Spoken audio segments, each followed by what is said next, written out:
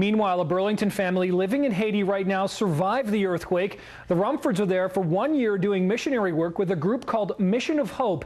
Sandy Rumford has been in front of her computer for much of the last 2 days, posting pictures like these to Facebook showing the aftermath of the quake and how things look around the 75-acre mission they're at, which is about 20 minutes northeast of Port-au-Prince.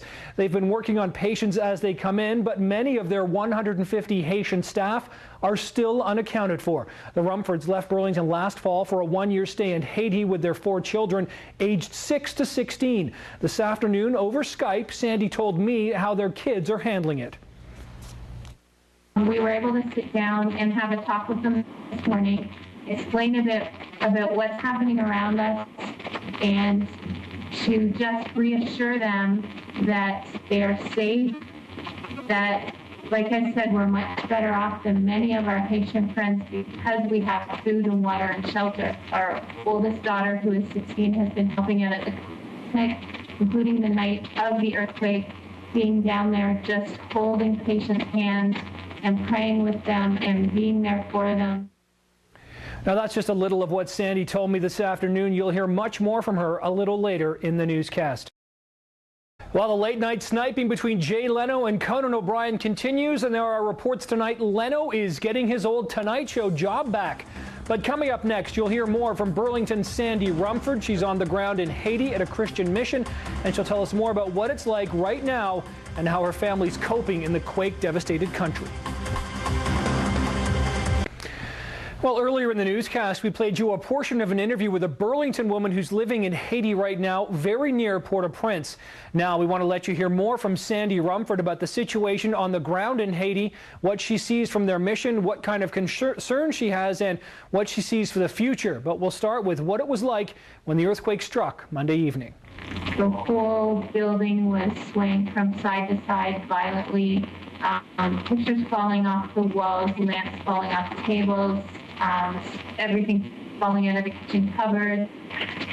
It was very surreal to imagine that we were in the middle of such a catastrophic disaster. It took a few minutes to sink in about what might have happened, especially in Port-au-Prince, which is, thinking about it being very densely populated and how the buildings are constructed and so many of them going up the sides of mountains, and just immediately overwhelmed with feelings for the people that we knew must be trapped and already dead at that time.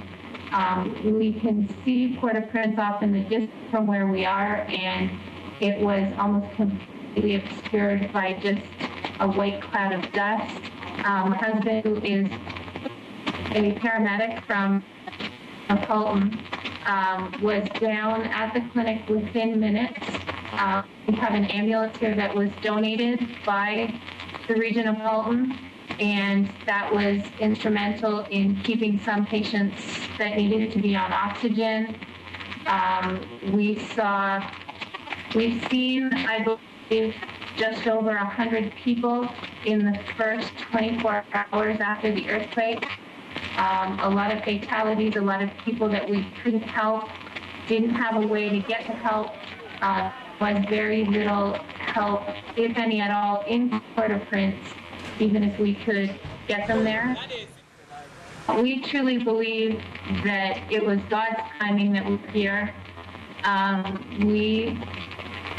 We followed God's call to come here to help the people of Haiti. Very obvious to see how my husband Grant is making a huge difference. There have been lives saved in the last 24, 36 hours that may not have been saved had he not been here. We're definitely concerned about shortages and sanitation. We're pretty confident with our water situation. We don't well at this point. We have a cistern and we have water trucked in for that. We actually had a water truck arrive this morning, which was surprising. We weren't expecting that to be possible. I don't really see Haiti getting back to normal for a long time. The devastation and destruction in Port-au-Prince itself, it'll be like starting from scratch, building all over again. No, we have no regrets. We feel very honored to be here, to be a part of helping to have this experience. It's a life-changing experience for Grant and I as adults, but also for our kids. And Sandy's husband, Grant, is just the kind of person earthquake victims in Haiti need right now. He usually spends his time helping people in Halton region, as she mentioned, and his co-workers at Halton EMS have been in touch with Grant and his family, getting updates on the Rumfords round the clock. He's a very compassionate, caring person, and the consensus certainly today from our group is that if there's anybody suited to deal with this situation, it's Grant Rumford. He is a very, very strong paramedic, and we know that he will be doing a tremendous amount of good. Rumford is getting some help in Haiti thanks to another donation from Halton. He's doing his paramedic work in an ambulance, which was also sent and donated by the region. Well, the late-night debacle involving Jay Leno and Conan O'Brien is showing no signs of fading to black. The sparring continues.